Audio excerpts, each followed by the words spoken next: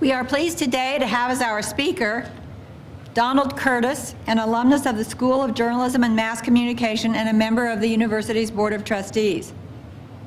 In 1957, I'm going to give away his age, in 1957, 15-year-old Don Curtis walked into the studios of WKMT in Kings Mountain and applied for a job as a weekend announcer. The audition test tape is still in his possession, and he says it was terrible. While he didn't get the part-time announcing job, the owner of the station told Curtis he would sell him an hour each week, which Curtis could resell to the merchants of his hometown in Bessemer City, which didn't have a radio station. Curtis discovered that he could sell the time for more than he paid each week, and that was the beginning of his career in ownership and management. By his senior year in high school, Curtis had expanded and had improved his announcing skills as well, to buying and reselling a daily one-hour show on WLTC in Gastonia, as well as the weekly Saturday show on WKMT. In each case, he was totally responsible for selling, collecting, producing, and usually being the air talent as well. After graduating from Bessemer City High School, he enrolled at the University of North Carolina, where he was active in student government. He twice served as president of the summer school student body. After 5 years at the university, Curtis returned home and was able to obtain the backing of a number of businessmen in the Gastonia area to organize Cablevision, Inc. In short order, the company was able to obtain cable TV franchises in Gastonia, Bessemer City, Mount Holly, Dallas, Cherryville, Lincolnton, Belmont, Dunn, Lumberton, and Valdez. In 1967, this company was sold to Jefferson Carolina, Inc., and these systems are now a major part of the ATC holding in North Carolina. Curtis was one of the founders and served as the first president of the North Carolina Cable TV Association.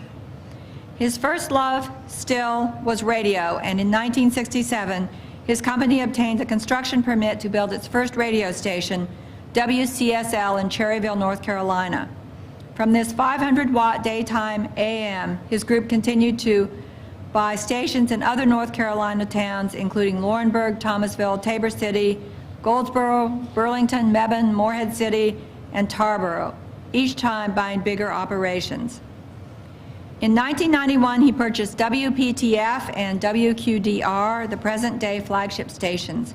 These two market-leading stations have been the basis for one of the best clusters of any top 50 markets in the United States in Raleigh-Durham, North Carolina. The company has always been innovative. Curtis Media Group was one of the pioneer companies in startups of FM standing alone from their AM sister stations. The company takes pride in having the first duopoly in the U.S. when the rules were modified. It was one of the first companies to computerize their traffic and billing systems. And recently, the company began the first major station between New York and Miami to switch a 100,000-watt FM to a Hispanic format on LA 96.9 FM. Don Curtis also was a pioneer in bringing both country and urban formats to the Triangle of North Carolina. We welcome Don Curtis to us today. Don.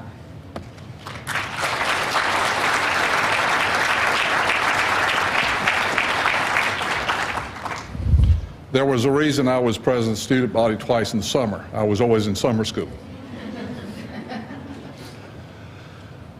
Every time I come back to this room, I think about the occasion about, I guess about 10 years ago, maybe a little longer than that, I can't quite remember. It was when Molly Broad was president of the university, I remember that part, that I was on a panel in this very room, and they had passed out a bio, and I read my bio, and it said, Donald Curtis, graduate, North Carolina State University. Now here I was at my alma mater, speaking at Chapel Hill, and they had changed me to NC State. Heaven forbid. So when the occasion came to stand up and be on the panel, or for my remarks on the panel, I told everyone that that was clearly an error, and I was very disappointed. But during lunch, I decided I was going to do a little research, or at least I told them after lunch that I had done some research, and I had checked around on trying to find out how this terrible error had occurred. And so I told them that I had traced it all the way to then President Molly Broad. And I called up, according to my story to them, I called up Molly and I said, President Broad, I said, I have just read where you have moved me from Chapel Hill to NC State. And she supposedly said, Don, you know, I should have called you and asked you.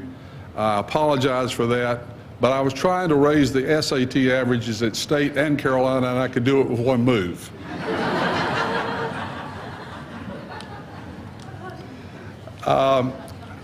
This is journalism, so I was wondering what would happen if there were some of you to write a story about this occasion. And so this is what I came up with. This is what I think some of you would have written about this occasion. An estimated crowd of 40 graduating students with another 80 to 150 adoring and grateful family members and friends sat patiently in Carroll Hall to listen to the long-expected but not greatly anticipated standard commencement address delivered by Donald Curtis. Curtis's resume includes serving as a trustee at the university as well as being chair-elect of the Alumni Association. And after hearing the speech, the majority silently wondered how he could possibly be so boring with such lofty credentials.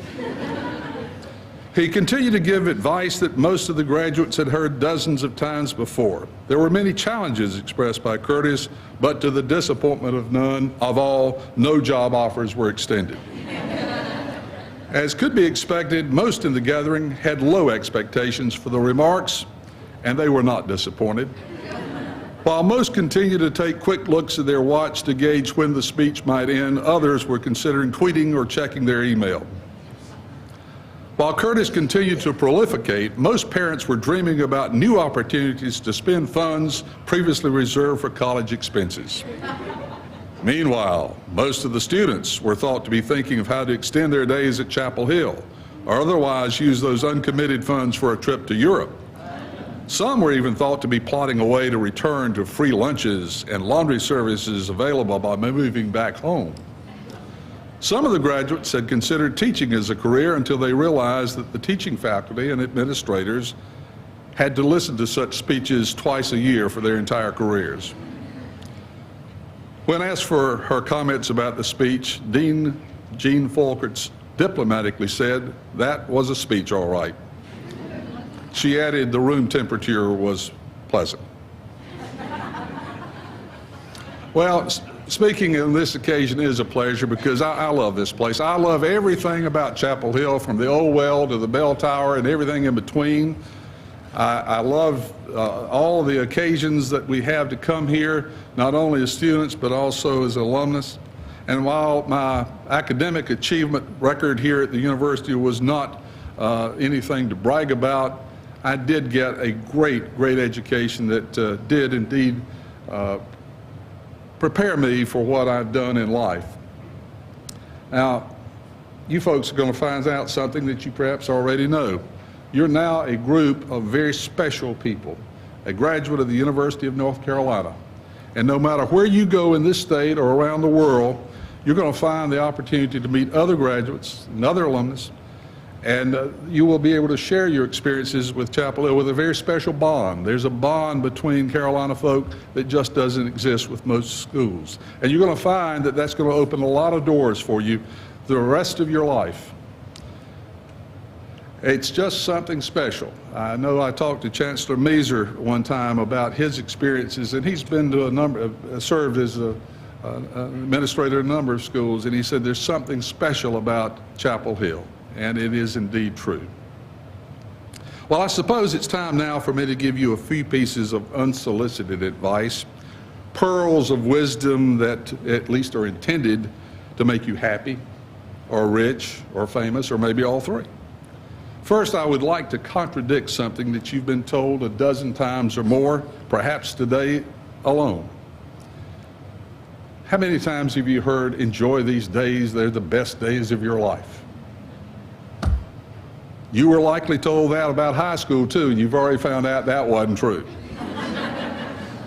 Enjoy these days, they're the best days of your life.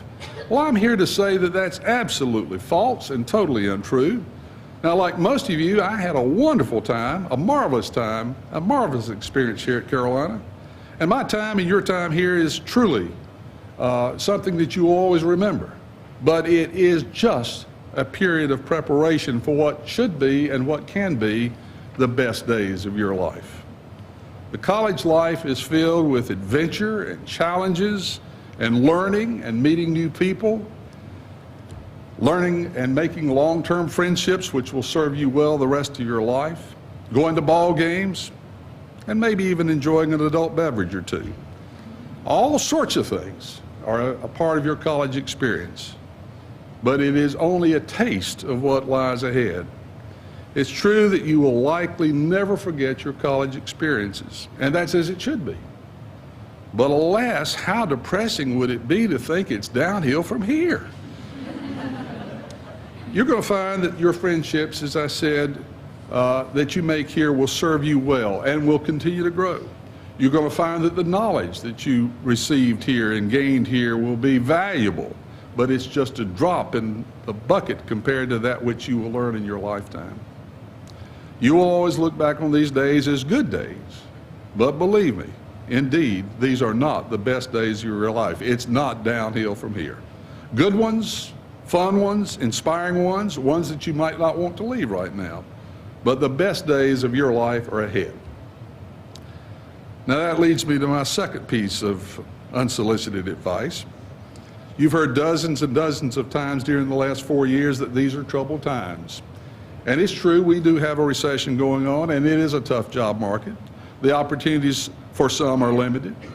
And you've heard from time to time, what a tough time to go out in the job market. All of this is enough to make you contemplate not even trying. It's true, we are in a turnaround economy, but it doesn't have to be you that is affected by that. One of my early mentors was the president of a company which had as its motto, "Your problem is our opportunity." Your problem is our opportunity. And the very, very best piece of advice I could give you is if you want to look for a future, if you want to look for a career, look to the needs of other people. Other people are willing to pay you to provide solutions to their problems or help you reach their goals or seek their opportunities. Supplying the answers to other people's needs and problems can be the answer to your success in life. Finding the needs in others and the dreams of others and helping them make them come true. That's what it's all about. People will pay you to solve their problems. People will pay you to help them reach their goals and opportunities. So if you get stuck looking for a job, if you get stuck looking for a career course, if you get stuck in your plans for the future, examine what you can do to supply the needs and wants of other people. Third piece of unsolicited advice. The world loves optimistic people. I love the story of the two shoe salesmen that worked for the International Shoe Company in the mid-50s. They had been transferred to a developing country in Africa. And the president of the company told them to go over there and in 30 days report back what they found.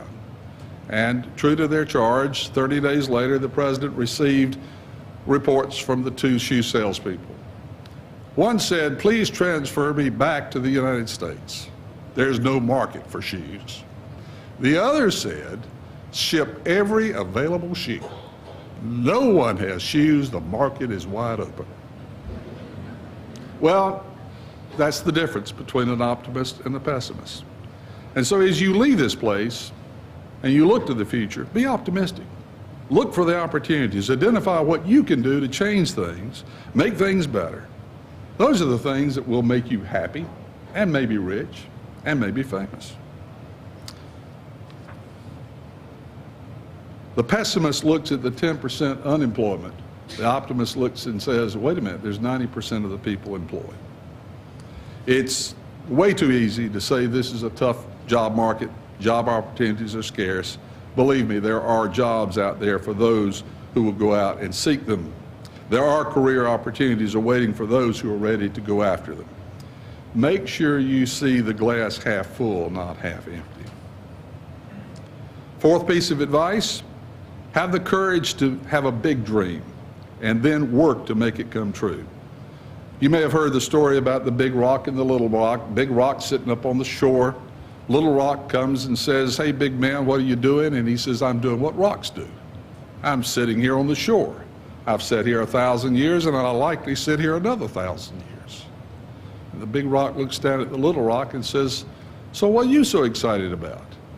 The little rock says, "I'm waiting for a little shepherd boy to come pick me up, dust me off, and put me in a sling and sling me through the air so I can slay me a giant."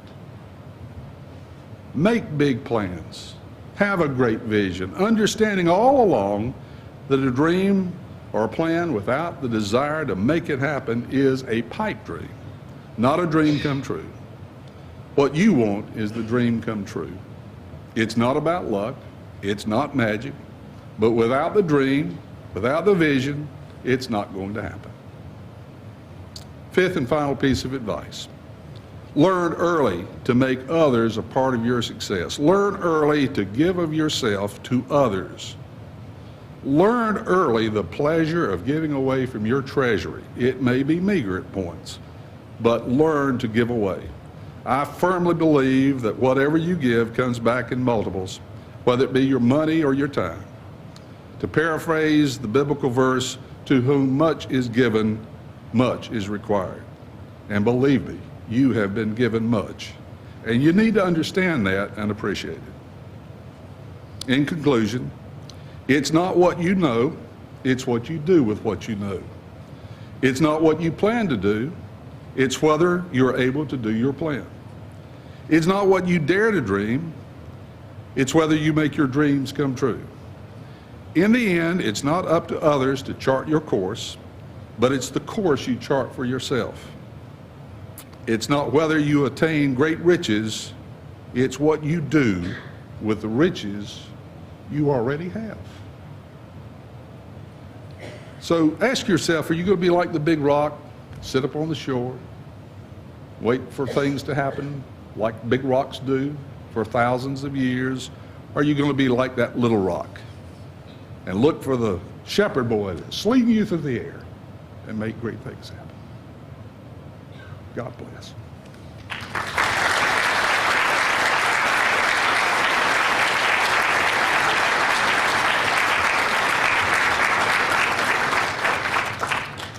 Thank you, Don. Now that was a speech.